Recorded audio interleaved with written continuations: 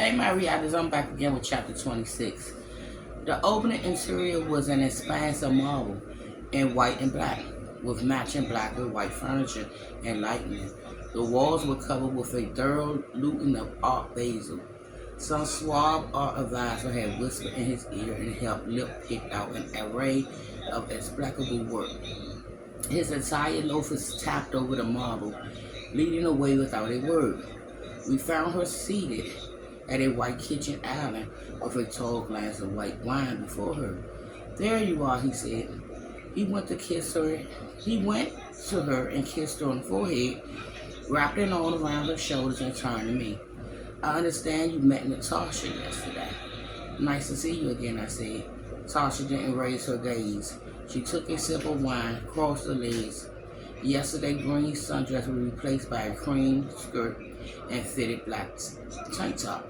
Her feet were bare. Despite the evident betrayal, the sight of her flesh stirred an instant longing. You brought her a drink, child, asked Lip. At Books and Books.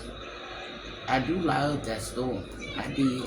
Lips looked at his nurse. I wasn't sure how she told him about our encounter, but I wanted to believe it in the deal. It seems you had a nice chat, he said. Natasha, would you mind repeating what you told me earlier about your conversation with this gentleman? For the first time, I sensed the menace beneath his jovial veneer. His request carried the undertow of demand and threat of punishment.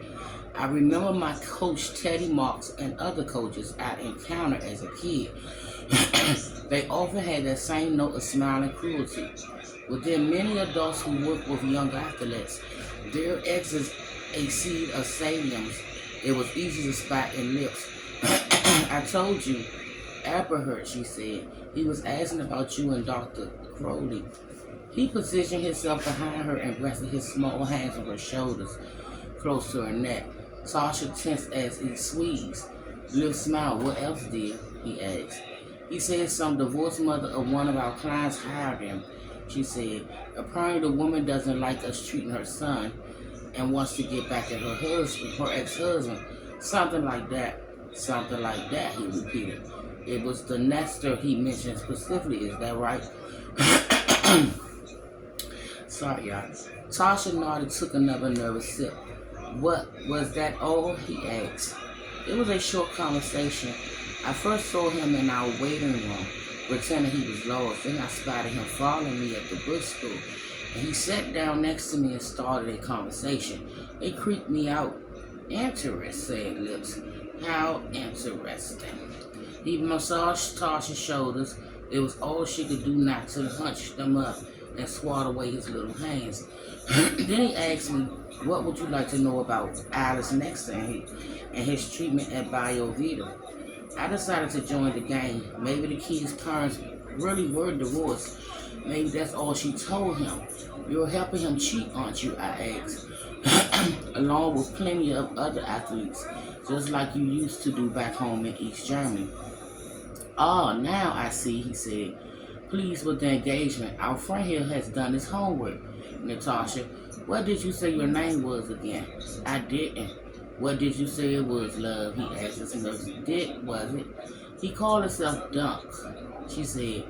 How original, and does this duck has a last name?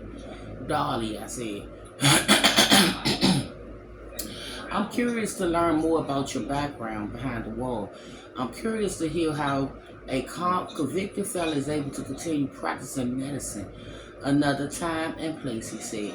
The West always likes to be outraged, when, in fact, our means of assisting performers was no different than yours.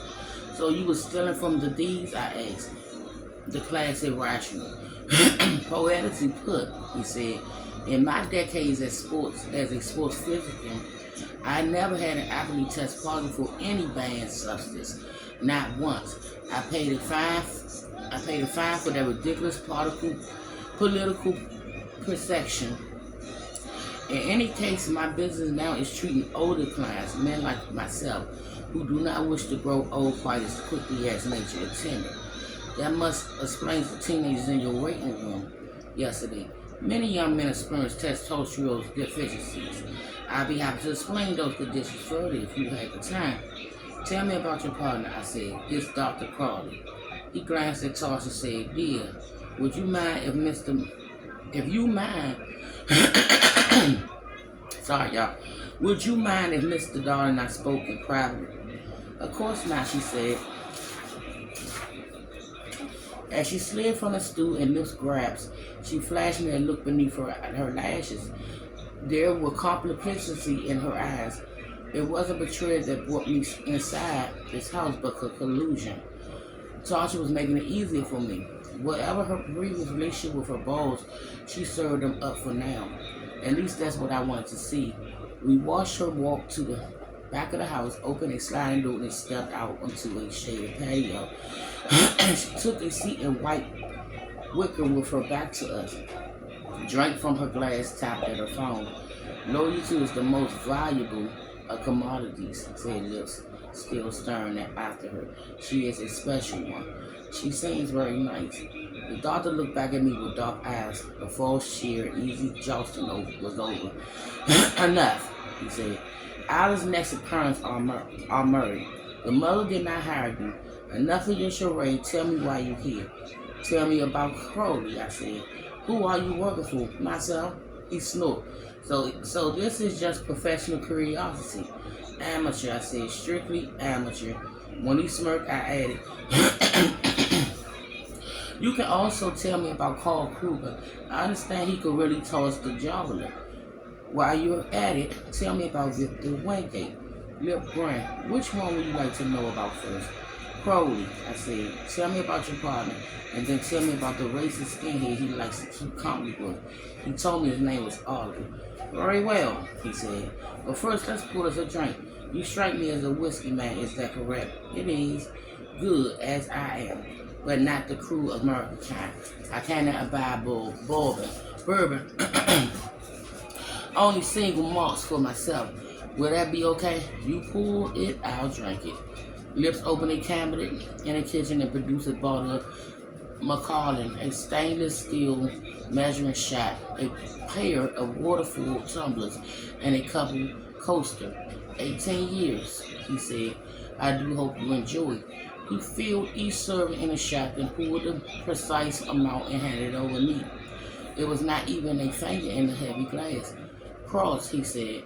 I raised the almond at his eyes. It tastes fine in that fuzzy way of old scotch. My tastes were cruder. Lips walked past with his glass and the coaster and said, Come, we'll talk in the dining room. I joined him in a soulless space dominated by a long glass table, a crystal chandelier, and an abstract habits of slashing black paint framed on one wall. He took a seat at the head of the table and motioned to the chair next to him. He slid a coaster with the initial L etched in glass. Stop! Beneath my drink before I could sit it down. We had a sip in unison and sat back and regarded each other.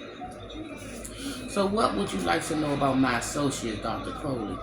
I understand he has a rather selected clientele, I said. Did Tasha tell you that? He asked. I waited for him to reply further. He crossed his short legs, glanced over at his ridiculous art. Dr. Crowley was once a champion runner himself, he said. A world-class Maori. He broke 4 minutes when it still meant something. He came from the northern part of Florida in Jacksonville. When I arrived in the U.S. in the mid-90s, I did not know this country well. I didn't grasp the way of your South in particular. In Germany, we had our sins, our dark history, job. But here, you must believe me, it is much worse in certain parts. Maybe not in Miami or New York, in your liberal coastal area, but where Dr. Crowley comes from, the tension between the races is more open. And he was a runner, y'all. A sport once dominated by white gentlemen ages ago, but no longer. Dr. Crowley has an interest in correcting certain perceived genetic disadvantages. Sounds like an upright man of medicine. That must explain his hitchman, Oliver. Your partner must approve of his tattoos. We all have our little obsessions, said Lip. I don't consider my partner to be racist. The concept is fundamentally foolish. He is fascinated with the human body by its potentials. Each of us has certain advantages and disadvantages according to our genes, our environments, or our numbers of factors. The field of play is never equal, is it? One could argue that so-called for performance enhancements is a way of striving for more fairness, not less. One could also argue that racist crackers like your partner are actually the inferior ones, I said. What about Oliver, Doctor? I had the displeasure of meeting him a few times now. Lips sipped his scotch, his Santa eyes twinkling over his glass. I never would get used to that aggressive American way of speech. Where does your confidence come from?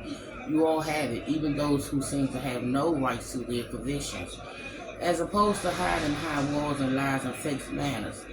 No, as opposed to understanding there is more than one or two sides to every story. Then tell me your side, Doc. You don't see yourself as you are, do you?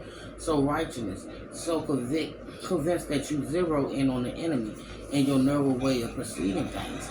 From what I understand from your own employee out there, your business partner is a bigot. And from my own experience and observations, the man I seen him with is a blatant neo-Nazi. I know what his tattoos means. I seen them before. Lip shook his head, tried out a frown. The gentleman you're referring to is very close to me. It pains me to hear you refer to him that way. He's not what you say, not anymore. We had discussed having those tattoos removed due to the fact that some folks, felons like you, will recognize his unfortunate meaning. He pushed a hand in his pocket and brought out his phone and began to thumb through it. Finding what he was looking for, he handed it over for me to see. I'm showing you this so you know that I have nothing to hide, he said. It was a picture of Lips and Oliver standing on a beach, arm around one another, smiling for the camera. My son, he said, my adopted son, Oliver Lip. He took my name, bless him. All undue respect, Doctor, but your son is still an ignorant racist punk. We had an altercation when he and your partner came to see me. They wanted to send some sort of message. I don't think I got it. Maybe you could share it in person. Lips glanced away towards his spot. He crossed his legs, fidgeted in his seat. You should have not provoked him, he said. It would not help matters. Wasn't that the point? You sent those two to the city to warn me off, to shut me up. They hadn't succeeded. Oliver is quite intelligent, he said, despite your assumptions, and he is also dangerous, someone you do not want to provoke. He is a well-trained man of action. You will be wise to remember that, and you will be wise to remember the blood on your hands. 2 people are dead, and your boy has provoked me. I wonder how he'd react if I put his daddy in the hospital right now. Lips rolled his eyes. I absorb threats, I told you. I had nothing to hide. I understand you attacking my son in the presence of my partner. If you'd like to assault me too, go ahead. He swept a little hand around his early home. I could always use more money. Where are Dr. Crowley and Oliver now, I asked. I'm afraid I don't know. You sure about that? It would be a bad idea to lie to me. Your boy Oliver might have done his homework, but have you? Do you know my history of violence? PTSD, that works. You're dealing with an unstable man, Doc. He took a sip of his scotch, sat it down on a monogram coaster, and folded his arms across his chest. Perhaps you didn't hear me, he said. I absorbed threats. Now, if you'll excuse me, call Kruger. I said, you ordered his execution, didn't you? I did no such thing. I had no contact with Kruger in many years.